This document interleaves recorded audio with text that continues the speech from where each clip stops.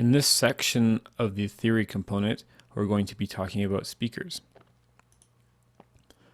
There's two different types of speaker systems that you're going to see in commercial AV, and that's either going to be 8 ohm, or also referred to as low impedance, or 70 volt, also referred to as high impedance. 8 ohm is something you're probably familiar with. It's common in home and car applications. If you've done any work with your own car audio system, for example, as a teenager, that's something that I did. I really played around a lot with different speakers, and you're looking at 4 ohm or 8 ohm, but they're low impedance. Basically, the amplifier channel is directly connected to speaker with wire. With commercial systems, we have another way of doing things. It's called a 70 volt or high impedance system. Now in Europe or outside of North America, sometimes this is called a 100 volt system. Basically, this is a commercial solution designed for more flexibility in how you set the system up and add speakers to it. And the way it works is the amplifier channel is connected to a transformer, usually inside the amplifier itself, and then you've got your wiring that goes to the speaker. The speaker has a built-in transformer, and it's tied to a low impedance speaker in the can, essentially. And this gives you a bit more flexibility, and we're going to go into why you might want to do that here. So some of the reasons you might want to consider a 70 volt system is to deal with transmission distance and line loss. So I want to talk about that for a little bit. A good analogy to use is the way that power is distributed to your house. There's a generating station, and then they use a step-up transformer and deliver a really high voltage signal across thousands of kilometers or hundreds of kilometers or miles to your neighborhood, where you've got a step-down transformer, then to your house there's another transformer, but basically the voltage steps down. The reason they do this is the higher the voltage is, the less chance there is of loss on the line.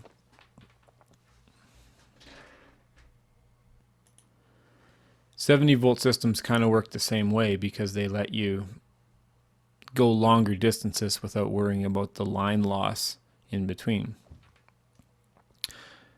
70-volt system will let you simplify additions. Basically, you can just add speakers onto the chain at the end in parallel, or daisy chain them, and it just gets added to the system.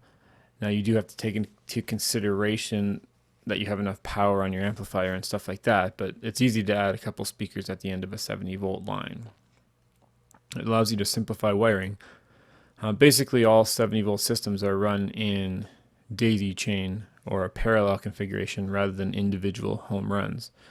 Now, you can have more complicated systems with multiple channels and zones, but for simplicity's sake, if you think of a hallway with a bunch of speakers, basically your wire just runs from speaker to speaker to speaker to speaker down the hall, and you have one wire that runs back to your amplifier, so it makes it very simple. You can adjust the level of each speaker comparative to the other ones with the tap setting. Now, that tap setting is more for balancing out how your audio power is distributed, but it does let you adjust basically the audio level. It's easier to do math with the 70-volt system because you don't have to worry about impedances. With an 8 ohm system, anytime you have more than one speaker, you have to think, are you connecting in parallel or in series? Is your resistance increasing or just decreasing? Now, there's different ways to do series parallel wiring, and you can Google search and look that up quite easily. But with 70 volt, you don't have to really worry about that. Basically, all you do is you add up all your speakers and what the tap settings are going to be. So if you have 10 speakers that are tapped at 10 watts each, that's 100 watts. And that's your total load. You'd want to leave headroom, so your amplifier would want to be, you'd want to have a minimum 120 watt 70 volt amplifier to drive those speakers. So like I said a bit earlier, if you're adjusting the levels a bit by the tap settings, if you crank one of those speakers up, the 10 watt speakers in the 10 speaker system I just talked about, you might start to have problems if you're drawing too much power and the amplifier cannot output that much. Usually what I would do in that case is set your maximum level and use the tap settings to turn zones that you want down. So think of a restaurant where you've got overhead speakers, and then you've also got speakers in the washroom. The washroom speakers are a lot closer to the people listening to them, so they should be comparatively quieter to get the same sound pressure level. Now there are some disadvantages to 70 volt systems. I didn't put it in here. The cost is somewhat of a concern. It costs more to buy speakers that have built-in 70 volt transformers. That's not the biggest issue though. I would say the biggest challenge is you do have low frequency loss whenever you're going through a transformer. Now for most commercial systems that are just doing kind of background music, this is not a huge concern. And I've even seen 70 volt subwoofers for commercial use. So the roll off is not really that big of a deal if you're using good quality systems, but it's something to be aware of. So where does 8 ohm actually make sense? I would say in simple rooms, and this is where you have, say, a pair of speakers in stereo and a short distance to the amplifier, say a small meeting room where you've got two speakers in the ceiling and an amplifier in a credenza on the side of the room. You've got a very short distance. You don't need a lot of complexity, and that's something where an 8 ohm would make sense. The other one is in full-fledged PA systems where you need high power. You also want that full bandwidth. You got to get down to the 20 hertz, so you need that. And in those systems, they'll typically have amplifier racks. If it's a traveling system, they'll have amps in a traveling cabinet, or if installed, the amps will be physically located fairly close to the rack, or fairly close to the amp speaker, I should say. If it's not, they're using very thick gauge wire, like 10 gauge to get 10 or 12 gauge to get to the speaker, and that's reducing the problems of the resistance over the distance. And also there's multiple channels of amplification. In these systems they'll have crossovers that are done electronically before it even hits the amplifier, and an amplifier channel could be doing high frequency, mids, lows. It has basically a range of frequencies, and each amplifier drives a certain speaker in the system. So that's kind of a basic of what types of speaker systems are available and why we use 70 volt and where you might want to use 8 ohm in a commercial system. In this section of the course, we're going to talk about microphones and the different types and technologies that you'll see behind them. There's three primary types of microphones. There's dynamic mics, condenser mics, or boundary mics. And let's dive deeper into that. Dynamic microphones are kind of an industry workhorse because they're reliable, they're simple, and they're very durable.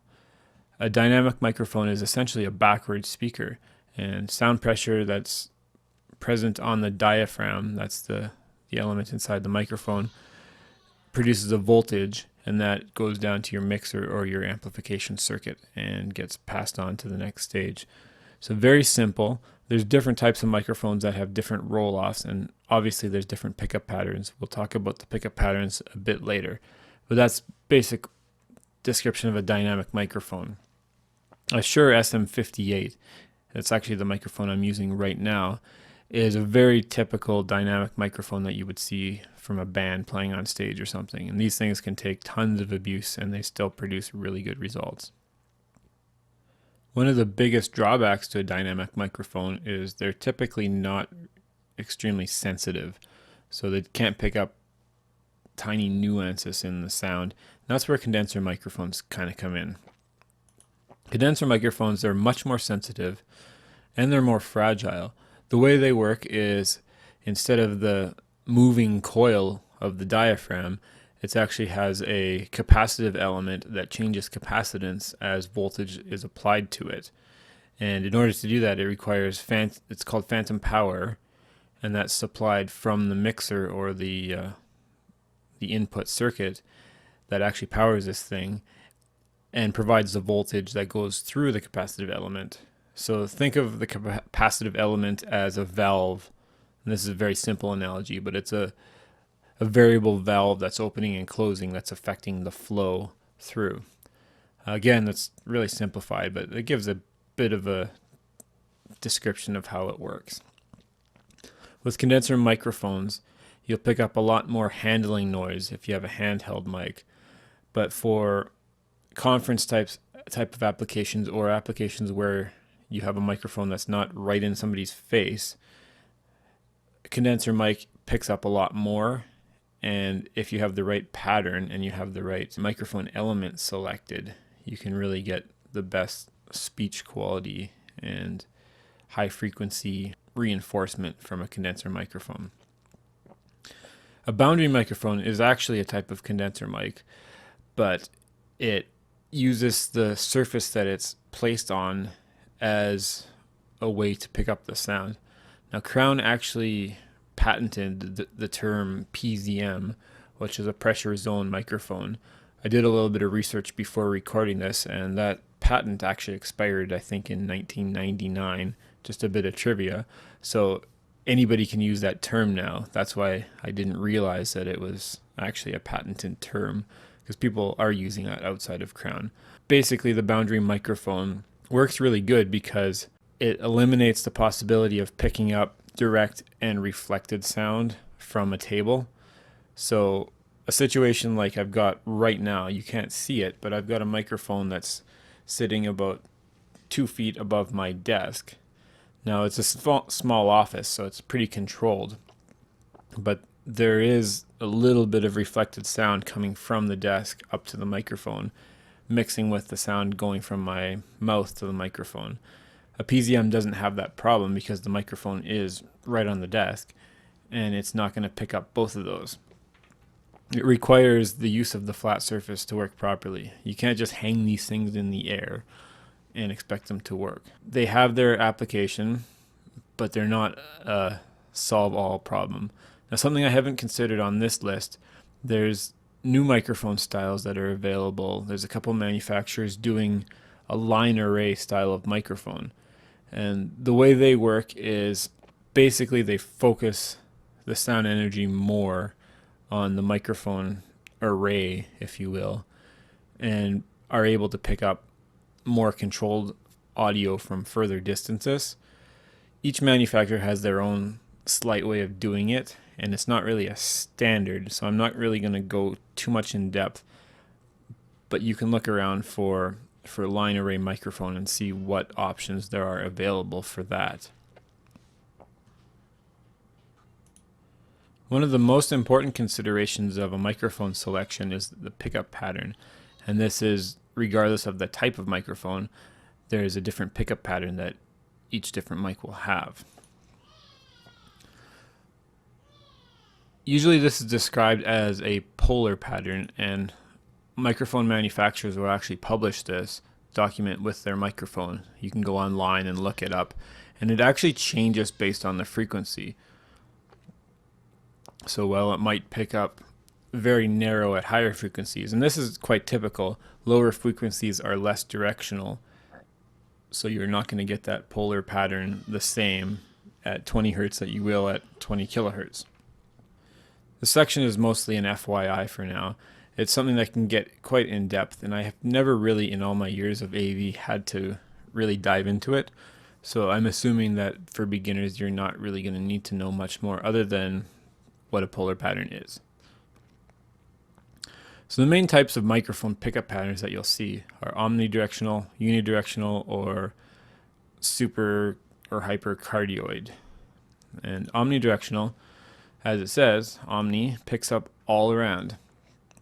Can cause some challenges with intelligibility. So what I wanted to say here is sometimes people will think, well, it picks up everywhere, so we'll just use omnidirectional mics on the table. We're going to get the best pickup because we're going to pick up everything. We're going to pick up everybody talking.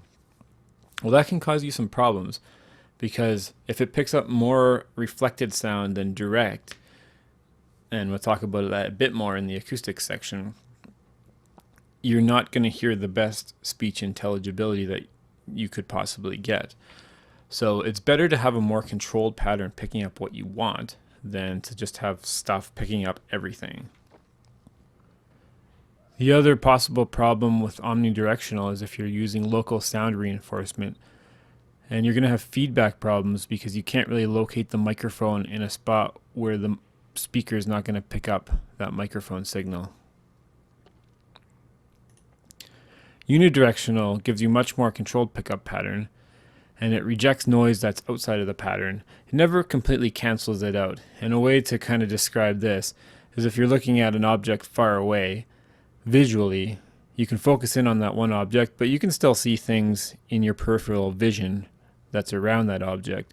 So it doesn't completely cancel it out. It's not like looking through a tube. It's more just focusing what the main point is. And that's obviously going to work a lot better for local sound reinforcement type of applications. I realized as I was going through this that I actually skipped cardioid. Cardioid is actually in between unidirectional and super hypercardioid. Basically, it's a more focused unidirectional pattern, and it has a tighter pickup pattern. As a sort of disadvantage, there's a spot kind of behind the microphone where it will pick up a little bit of sound. With a supercardioid, that's a very tight pickup pattern. It works great, so why wouldn't you want it? One of the biggest problems is that it has a very quick drop off if the talker turns their head away. So if you've got these microphones on a table, for example, and people are looking at the table, so their sound is going directly to the microphone. The minute they turn their head away, the pickup pattern just drops off, and it's like they took the mic away. And that thing that I talked about with the cardioid pattern where there's a bit of pickup behind the microphone itself, there's a bit more of that problem with a supercardioid. So that's pretty much it for pickup patterns. There's different ones with more focused type of applications, and you'll find those as you work through different types of microphones. So last thing with microphones, acoustic feedback. I've kind of alluded to it a little bit. What is it? I sometimes take for granted that most people know what it is, but I just want to explain. It's basically the howling sound that you hear, and that happens when a microphone picks up its own sound through a speaker. So basically what happens is there's a loop where, say I'm speaking into this mic, it's getting amplified and electrically comes out through the speaker on top of me overhead and comes back to the microphone. And that loop, it just keeps building over the resonant frequency of the system. And that's that squealing that you'll hear. So how can you fix it? It's best to solve with better pattern control and using proper gain adjustments. So you don't want omnidirectional microphones really at all in a situation where you have local sound reinforcement. You want to get your microphones close to your talkers and your speakers pointed in an opposite direction. Now, if you think of performers on stage, this isn't really the application, but it's a good example. There's stage monitors, and then there's microphones. The people can hear themselves out of the stage monitors. The reason that works is because the stage monitor is actually outside of the pickup pattern of the microphone. If it were to move to one side a bit, it wouldn't work as effectively. And there's still problems with gain, so they really have to control. Can also be solved with filtering of the resonant or the howling frequency. But there's limitations to how much you can do that. So an example of how that would work is you turn up the gain of the system until you start to hear the howl, play around with the EQ to figure out what frequency is causing the howl and trying to reduce that frequency. Now if you go to extreme, you're going to get a system where the sound is really weird. It just sounds off. And there's only so much you can do with that. The last thing you can do is reduce the number of open microphones. As you have more microphones that are open that are picking up live sound, you're increasing or decreasing the maximum acoustic gain of the system. And basically, if you can mute some of the microphones either through gating or have less microphones or some sort of way of controlling that so that there's only a couple of microphones open at any one time, you're going to have less problems with feedback. So that pretty much wraps it up for the microphone section. And there's obviously a lot more than what I'm explaining here. I just don't want to bombard you with theory. And we'll have more options for extended training on kind of more high-end stuff. If you have questions, please feel free to email us and we'll get those answered for you. In this section, we're going to talk about line sources, and I actually mean line level sources. I kind of made a typo there. Now we're going to basically be talking about stereo and multi-channel and mono. So by stereo, I'm talking about surround, 5.1, 7.1, basically anything that's more than mono, more than one channel. We don't really touch it too much in commercial type of installations unless you're dealing with a theater or a presentation room.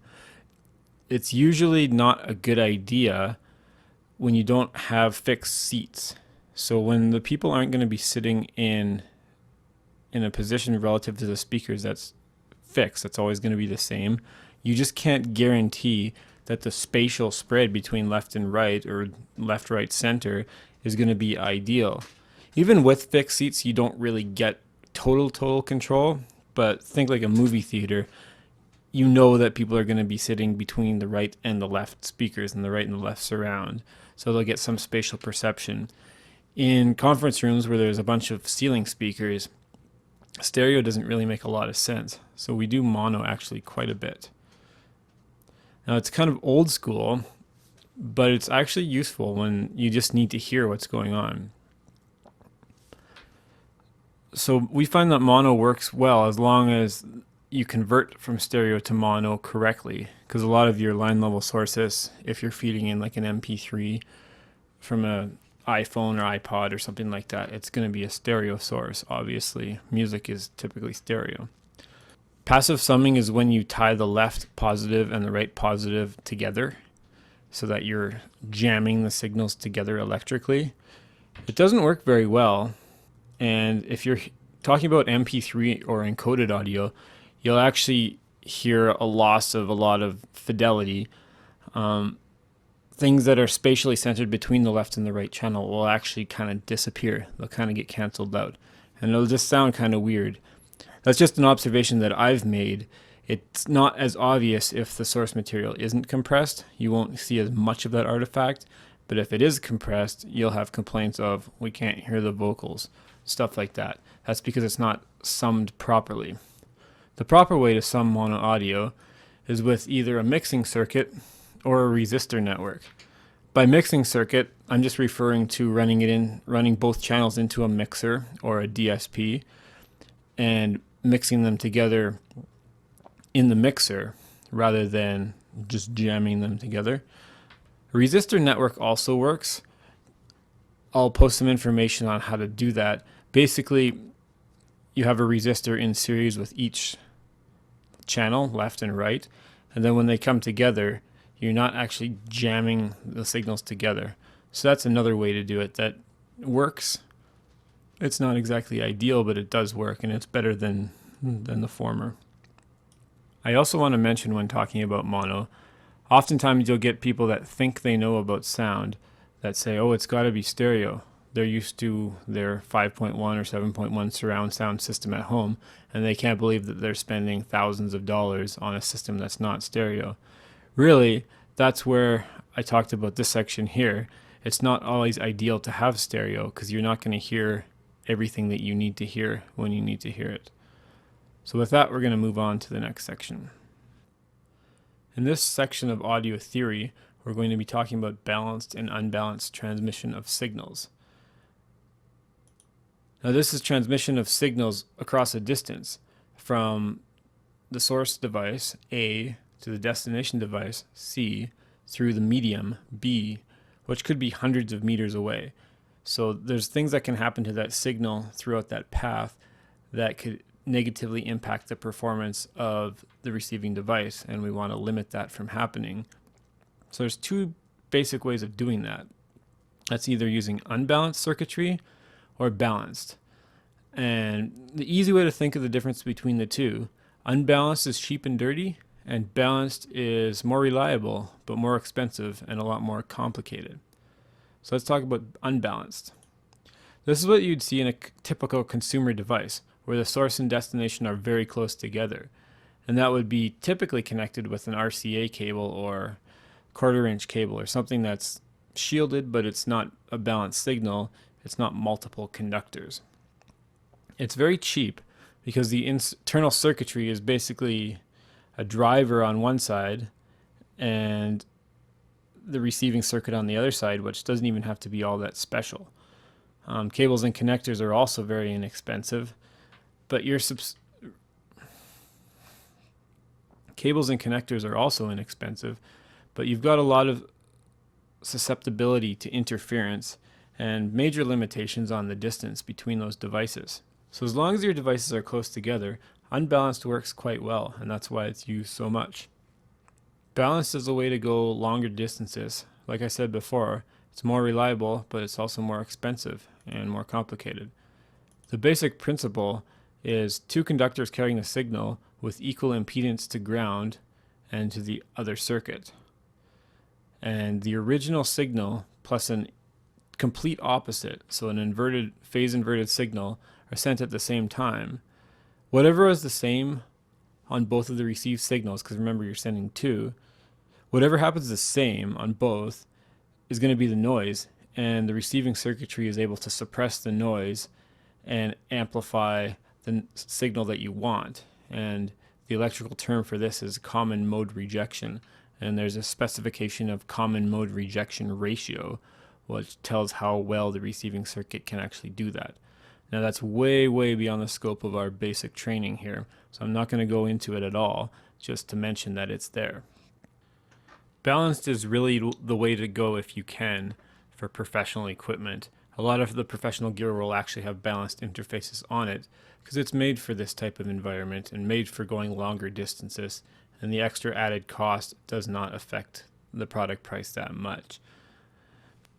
Even if devices aren't internally balanced, you can add external balancing and unbalancing transformers so that you can run a balanced line between two sources that are quite a bit of distance between each other. These are actually called balins, balanced to unbalanced, and that's where the term balin comes from. There's different ways of doing it, and you'll have to just check on the market to see what's out there. It does add a bit of cost, but sometimes that'll help you in situations where you've gone a bit too far and you've got all sorts of problems that you need to fix. Now, if you're going to be converting between balanced and unbalanced, you need to know a couple things. The first thing that's not even listed here, it's not as simple as you think. You can't just connect it differently and all of a sudden make it balanced.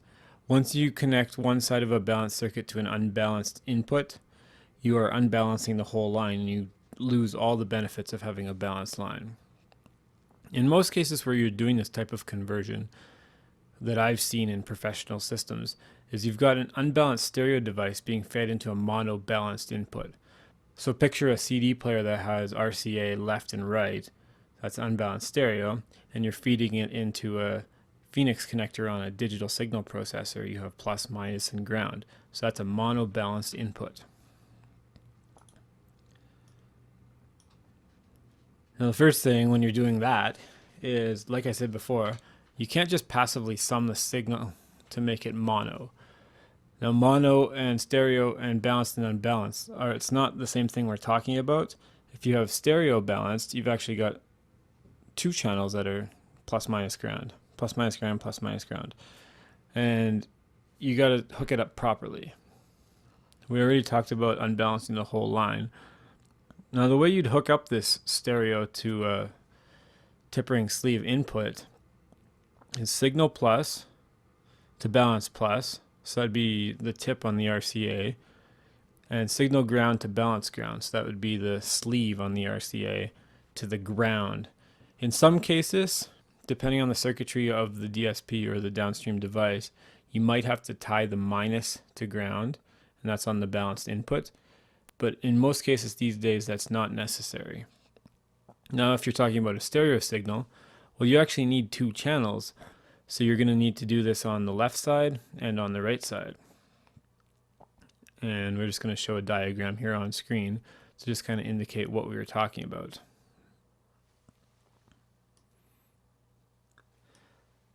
That's pretty much all you need to know at an initial level for balanced and unbalanced signals.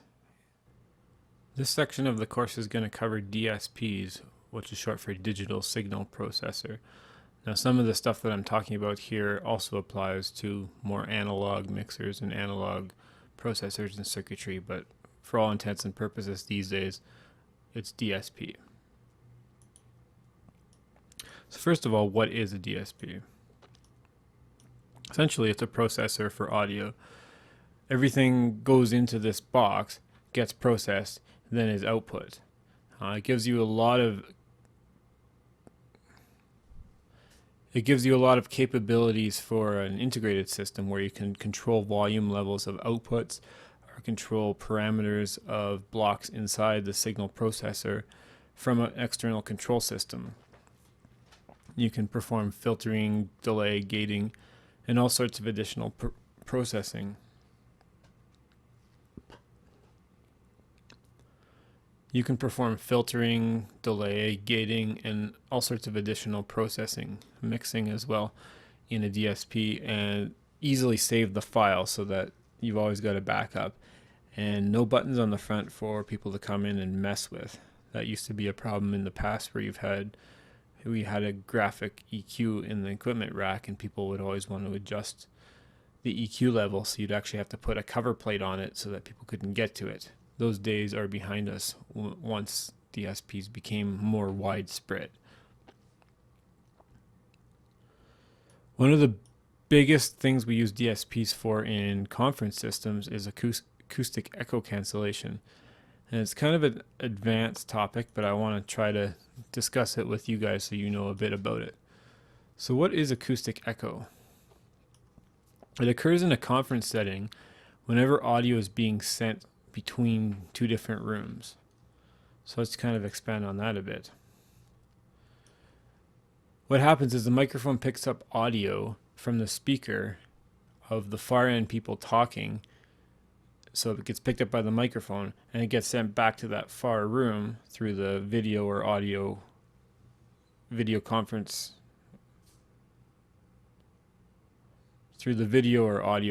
system. And then the other side hears it as a bit of a delay because it's taken that time for it to go through from source to destination. And they hear it as an echo. So that's kind of the same thing as if you're in a canyon and you shout and you hear yourself back. It's an echo. That's why they call it echo. It's not feedback. It's not anything else. It's actually an echo. So how does echo cancellation work? How do you make it cancel?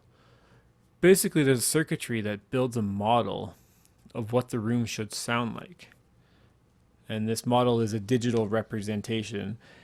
You don't really know what it is or what it looks like. Basically, it's an algorithm that it uses to figure out what it's supposed to cancel.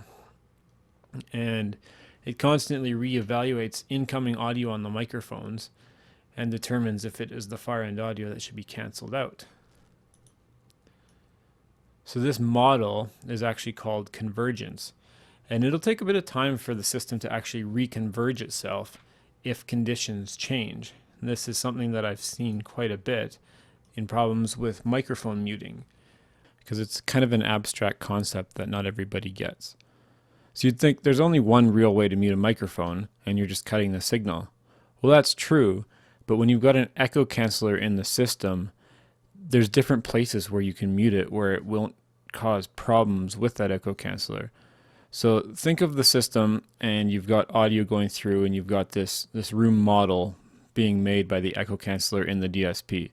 The minute you mute that microphone, like if you were to just unplug it from the XLR cable, the model of what the sound of the room is completely changes. And it takes it several seconds for it to refigure out what it's supposed to be. And then when you unmute it again or plug it back in, again, it's totally changed. So think of a bunch of mics on a table where it's randomly being muted or unmuted.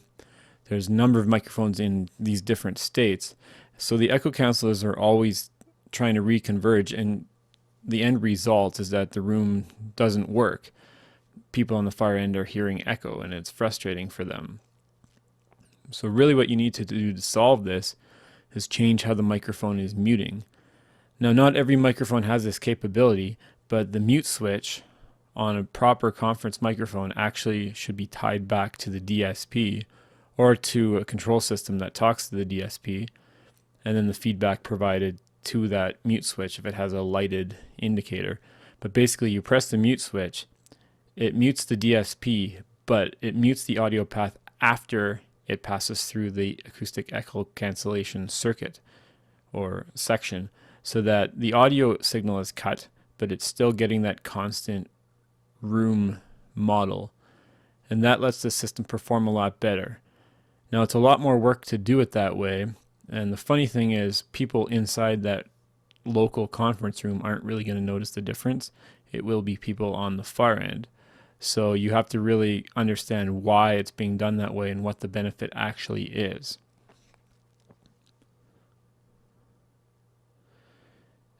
And we already kind of went into this as we're talking about it. The model of the room is what is evaluated, and we're able to determine if the far end audio should be canceled out of that microphone signal. A good way to think about the AEC reference is it's essentially anything that's coming from the far end that's going to come out the speakers that you don't want the microphones to pick up. So typically you want the microphones to pick up spoken word in the room. You don't want it to pick up anything coming from the speakers of the far end codec. So if you've got problems with AEC, how do you fix them? The first one is with proper system design. Now, this is not something that you always have the luxury of fixing if you're on site and it hasn't been designed optimally. But if you do have a chance to participate in the design section, inputs should have their own AEC. So this is kind of called distributed acoustic echo cancellation. It's one for each microphone, and it works a lot better than mixing mics. And the reason for that is, remember that room model I talked about here and converging on the room model? It gets kind of cloudy in a sense if you've got a bunch of microphones mixed together running through one AEC. It just doesn't pick up the different nuances of what's going on. So having split up AECs, one for each microphone, is going to give you a much better performance than if you have everything pre-mixed and using just one or two acoustic echo cancellation circuits. Now, we talked about this already, that microphones should be muted after the AEC circuit. That's when we were talking about microphone mute here. That's so that whenever a microphone is muted, it doesn't completely cut off the audio signal and cause the system to have to reconverge itself. The other big thing is optimized gain structure. Now, AEC works best when the level of signal is at an optimal point. Otherwise, it just doesn't really know what's going on. It just doesn't have a good representation of what the room should sound like, and it just can't work very well at all. So make sure that your incoming gain from your microphones is hitting 0 dB. And then also setting the reference correctly. If you've got a bit of a complicated system, sometimes you have to have a submix of what the AEC reference should be, or have a virtual reference in some systems. Basically, the simple way of doing it is to just pick the speaker channels, pick what you're sending to the speaker. That doesn't always work when you've got complexity. So you got to make sure that your AEC reference is set correctly. And in a lot of cases, manufacturers and their tech support people can help you out if you're having problems with that. You just need to call them. There's a few other tips that I wanted to share about DSP. The importance of gain structure. Now, this isn't just for AEC. That's really for everything. All inputs should have a gain that's adjusted to hit a nominal level of 0 dB. You're going to get the best performance that way. It provides a better representation of signals being fed into processing blocks. And as we touched on, it's very important with complex algorithms like AEC. It is going to give you better sound quality. And when adjusting gain, you should also look at your source. Don't just crank up the gain. See if you can get the source to output closest to 0 dB itself, because you never want to amplify noise. If you were to take the input and crank it up, but your signal coming to it is really low, sure, you're going to boost it and you will be able to hit your 0 dB, but it's not optimum because you're actually amplifying mostly noise to get there. Now this is more of a recording tip, but when you're EQing something, try to cut rather than boost. This will help preserve signal integrity, and kind of the theory behind it is you take out what you don't want and leave as much of the unaffected signal as possible, rather than overemphasizing what you do like, which kind of has a tendency to muddy it up a bit. So try to find what you don't like and cut it. And then also using the internal signal generator. You can generate noise at 0 dB to send to the output devices, codecs and recording devices, and that will let you set the optimum level on those devices. And in testing and configuration, you can also route to different outputs and see where the sound is going and make sure that it's where you actually think it is. That'll help a lot for troubleshooting, especially when you don't know what's connected. So that pretty much wraps up the section on digital signal processors. Now we're going to go into acoustics. Now keep in mind that acoustics is a very complicated topic. There's a lot of detailed information and a lot of calculations involved. In this course, we're just going to go through the basics, basically stuff that you need to know in your day-to-day work in audiovisual. For further reading, you can always do some Google searching and search out some really high-end, complicated acoustic type resources. So the two basic principles of acoustics are reflection and absorption. So that's basically whether the sound hits a surface, does it reflect back or does it get sucked up by the surface? So hard surfaces like glass or stone are very reflective, whereas soft surfaces like carpet or like soft window coverings like drapes would be have more absorption. The other interesting thing is when you fill a room with people, you're adding a lot of absorption to the sound, and that will deaden it quite a bit. So the sonic characteristics of the room will change based on how many people are in the room. Now the only reason we really talk about these in terms of professional audiovisual is speech intelligibility. Now, to talk about speech intelligibility, just because you can hear someone talking does not mean that you can easily understand exactly what they're saying. And to illustrate that, I just wanted to give a quick example here. I'm speaking into a microphone that's fairly close to where my mouth is, but if I turn and face the other side of the room, you can still hear me talking, but I'm bouncing off of walls and it makes me harder to understand. So that was just a very brief real life example. The room that I'm in is fairly small, it's not very reverberant, but you can tell that even if you increase the gain, if you're not getting that direct pickup of sound, the ability to interpret what people are saying is going to be not as great. Now, as you add more microphones and more people talking, obviously that gets magnified. It's a bigger problem. And reflected and direct sound, the mix between the two comes into play with speech intelligibility as well. There's a term called critical distance, and that's the spot at which the level of direct and reflected sound has the same sound pressure level. Now, if you're using omnidirectional microphones, your mic should be placed no further than 30% of what that critical distance is. If you're using a directional mic, and that would be a cardioid or unidirectional of some sort, you can be a bit farther. You should still stay within 50% of what the critical distance is. Any further than that critical distance, you're going to have problems where you're hearing more reflected than direct sound, and you're going to have people that can't understand what's being said. Now, some tips on improving speech intelligibility is getting microphones as close as possible to people talking. So that means, in some cases, if possible, getting them on the table instead of on the ceiling. You want to get it closer to what you want to pick up and farther from what you don't want to pick up. Reflective surfaces should make efforts to deaden them if you're having problems with speech intelligibility. That would be covering walls with softer surfaces or fabric or something, anything to break it up. And also limit the number of microphones that are picking up one person talking. So if I have a conference table where there's 15 microphones and all 15 are picking up me talking and I'm a little bit quieter in others, it's all going to kind of muddy together and I won't sound very good. This is where gating is pretty important. And the term NOM, or number of open microphones, really comes into play, where you want to keep the number of open microphones down. Even though we're not worried about acoustic feedback, we're just more trying to improve the speech intelligibility of the system right now.